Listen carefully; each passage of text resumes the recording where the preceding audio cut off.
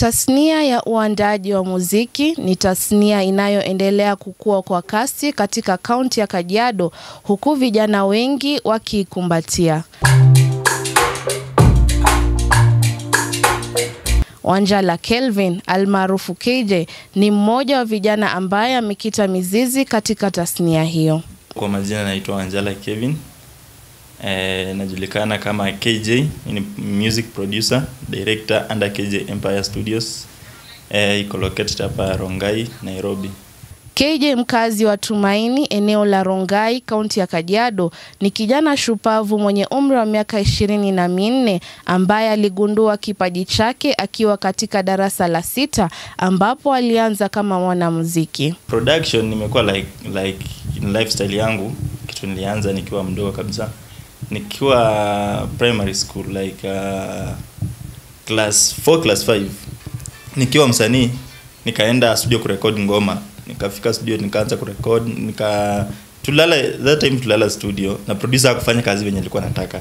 So nikataka kuwa na ile interest like mbona kwani kitu ni ngumu aje, nikaanza kutafuta venye mimi mwenyewe naweza jaribu kufanya hiyo kitu. So jamaa venye nasikianga wasanii wanasema producers wanakuanga wakora. So mimi nilikuwa like nataka nikuwe producer na nisikuwe like nikuwe mkora kama huyo. Tulienda akatuzungusha, tukalipa, tukafanya kila kitu, but hakudeliver kitu tulikuwa tunataka. Alipomaliza shule ya upili, KJ akaamua kufungua studio yake ya uandaji wa muziki kijijini Wacheka, kaunti ya Bungoma. Mwaka mmoja baadaye, KJ akaitwa kusomea utengenezaji wa filamu katika chuo kikuu cha Multimedia jijini Nairobi, ambapo anaendelea na masomo yake sasa hivi. KJ amekuwa na mtihani wa kusawazisha utayarishaji muziki na masomo. Na kwa kuwa hiki ni kitu ambacho anakipenda, KJ ameweza kuwa makini darasani na kuboresha ujuzi wake wa uandaaji wa muziki. Ni ngumu kubalance, but uzuri project zetu tunafanya ni kama project na ni kitu pia course yenye nafanya ni kitu napenda.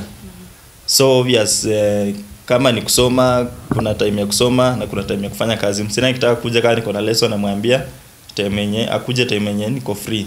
Ama maybe kama niko na lesson na lazima akuje, maybe naweza ongea na Lek. Kuna malek wengi tunajuana nao. Naweza ongea na Lek nimwambie this time niko busy kidogo, naweza kuja next class ama tuone venye tutafanya. So ni kujaribu tukubalance, kufanya projects, kubalance tu. Licha ya KJ kutamani sana kuwa mhandisi wa programu, anatueleza kuwa anajivunia sana kipaji chake ambacho kimemsaidia kupata riziki yake ya kila siku, huku akipambana na hali ngumu ya uchumi. Nilifaa nikuwe engineer. Nilikuwa nataka nifanye software engineering. Hiyo ndo ilikuwa course yangu. Mimi nilikuwa sana mtu tuseme computer wizard. Watu walikuwa wananijua hivyo. So nilikuwa nafanya vitu mingi za comp nini kitoka high school. Nilikuwa nikuwe tu niende nifanye course ya software engineering. But sasa after form 4 vitu change. Napata cluster points, nilikuwa nataka niingie kampo fulani, cluster points hazi kufika, wakanipea kampo nyingine. So the only option ilikuwa nikaambiana familia yangu, nikasema mimi siwezi enda kufanya education, siwezi enda kufanya hizo zingine. Maybe ni change my career, my talent into my career. Juu talent yangu ilikuwa ya production na sasa career ndo nilikuwa nataka nifanye engineering. Sasa kama singekuwa like producer, I think ningekuwa nafanya hiyo software engineering, of which nataka bado nikimalizana na nikisha settle na mambo na studio na nini, bado nitaendelea kufanya hiyo kitu. KJ aidha ametaja gharama ya juu ya maisha kuwa changamoto kuu katika safari yake ya kukuza kipaji chake, akidai kuwa wasanii wengi chipukizi hapa nchini ambao ndio wateja wake wamepata ugumu wa kugharamikia gharama ya kurekodi nyimbo zao, hivyo basi kumwacha katika njia panda. Kuna kuanga na fake promises za wasanii. Sasa inaweza kupromise anasema nataka nikuje tufanye hii, nataka nifanye hii. Basa unapata ama ufanye kazi ya kupepa pesa kidogo, aseme by this time nitakuwa nimekuletea pesa. So ukae uko na kazi, ushafanya service yako, but sasa pesa ndaleti na wewe kazi yako umefanya umaliza yote. Unaweza kaa 2 months 3 months akuja kuambie niliamua kuachana na hiyo project, na wewe kazi yako ulikuwa ushafanya. Sasa hapo hivyo inaenda hivyo, wewe umefanya kazi lakini haja kulipa.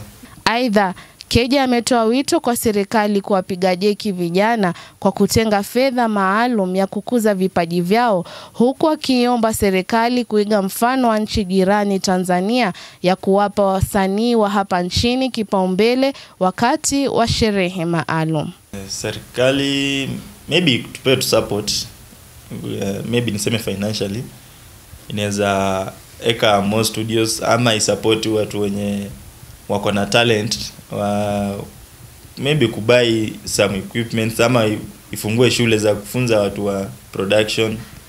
Juu kiangalia government yetu ya Kenya haina any support kwa entertainment industry as compared to TZ. Unaweza pata ma events mingi za government, wasanii wanaenda wana perform, wanalipwa.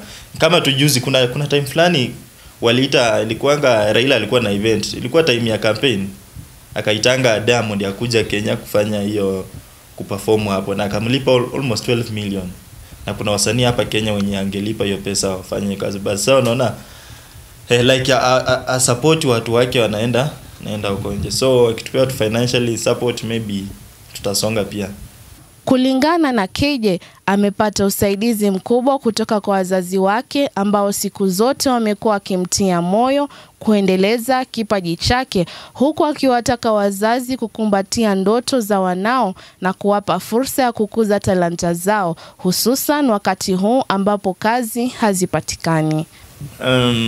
Wazazi wangu wamekuwa supportive sana juu tangu napenda venye wananisikizanga, like so unajua ukiwa na unaweza pata mzazi mwingine ameambia mtoto wake nataka ufanye hii na utafanya hiyo. Napata hata mtu anaingia mahali anafanya maybe course fulani, mzazi amemkazia afanye hiyo, so wako tu anafanya acha nifanye nipelekee mzazi degree. But sasa mimi wazazi wangu venye niwaambia, tukakaa tukaongea, wakasema iko sawa, kama unataka kufanya hivyo wewe fanya. Na hivyo ndo mimi niendelea kusonga, na pia wanaona kitu nilikuwa naongelea si haikuenda hivyo. Waliona nasonga na pia wakanipea support. KJ vile amewashauri vijana kutojihusisha na uhalifu na matumizi ya mihadarati, bali kukumbatia talanta zao, akidai kuwa zitawasaidia kujimudu kimaisha. Amewaalika vijana ambao wana talanta ya kuimba kujitokeza na kurekodi mziki kwenye studio yake kwa bei nafuu. Mimi naweza advise vijana wenye maybe wako na talent ama wanataka kufanya kitu, just focus na kitu yenye unafanya. Fanya kitu unapenda, tuachana vitu mbaya. Unajua vijana wanasema hakuna pesa, mara hakuna kazi. So ukifocus na kitu unafanya unaweza jiandika mwenyewe kazi. For me hakuna mtu ameniandika kazi. Mimi mwenyewe nilianza kujifunza one by one, nikajituma hadi imefika place mimi mwenyewe nimejipea at least kitu naweza fanya. So vijana tusilale, tusikae tu tukisema tunangoja tupewe kazi. Sasa hii dunia sasa hii imechange kabisa. Huwezi ngoja upewe kazi. Maybe wewe mwenyewe ufanye kitu, ukuwe na kitu ushaifanya, ama ukuwe na connection. Na connection ni ngumu. Obviously lazima ukuwe na kitu yenye ushaifanya ndo mtu mwingine mwenye anataka kupewa kazi aangalie kitu unafanya. Keja anajivunia kazi yake kubwa ya kuwarekodi wasanii tajika kutoka Bongo ambao ni Imu, B2K na Cloni. Keja ana matumaini kuwa katika siku za usoni ataweza kuimarika na kuenea bara la Afrika. Nimefanya kazi kadhaa, si moja. Nimefanya na wasanii wakubwa TZ. Nimefanya kazi na B2K, inaitwa B2K. Kuna msanii Tanzania anaitwa B2K. Yeye nimefanya naye kazi, nikasikia sasa nimeridhika kufanya hiyo kazi. Then nimefanya na msanii mwingine anaitwa Imu. Fanya naye bado kazi hiyo, kaona iko sawa. Hapa Kenya bado nimefanya na wasanii, though si wengi sana. Nafanya mostly na upcomings. Sijafanya na msanii mkubwa sana hapa Kenya. Nikiripotia runinga ya TPM, langu jina ni Sobra Salim.